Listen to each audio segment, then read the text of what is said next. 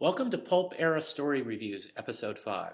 Today we're going to be taking a look at an issue of G8 and his battle aces. Now, the first issue of G8 was cover dated October 1933.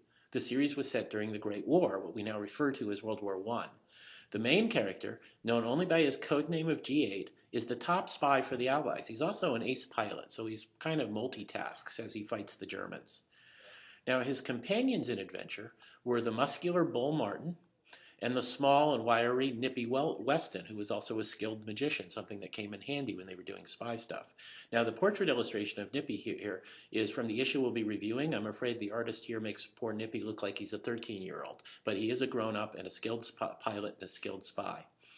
Now, every month, for a total of 110 issues, G8 saved the Allied war effort from a series of bizarre threats, usually super scientific dangers whipped up by G8's archenemy, German mad scientist Dr. Kruger.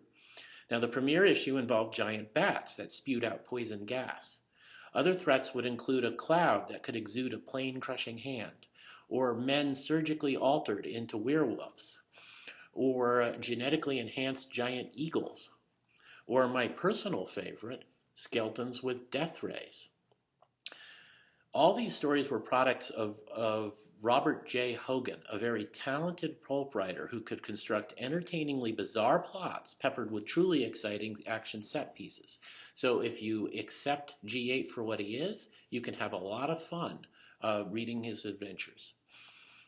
Now, the story in the August 1936 issue is titled Vultures of Purple Death. In this one, Dr. Kruger has developed an artificial fog so thick that it effectively blinds anyone trapped in it, unless they're wearing a special mask that allows you to see via the purple ray that shoots out of it.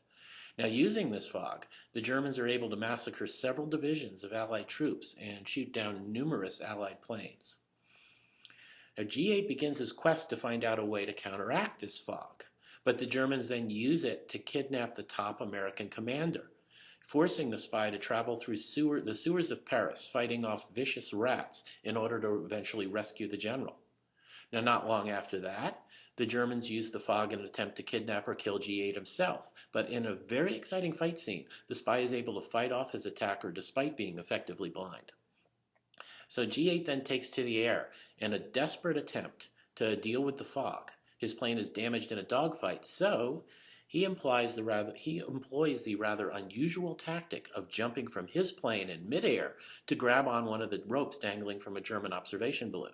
This leads to another great action scene, G8 versus the German balloon guys, while hanging from ropes.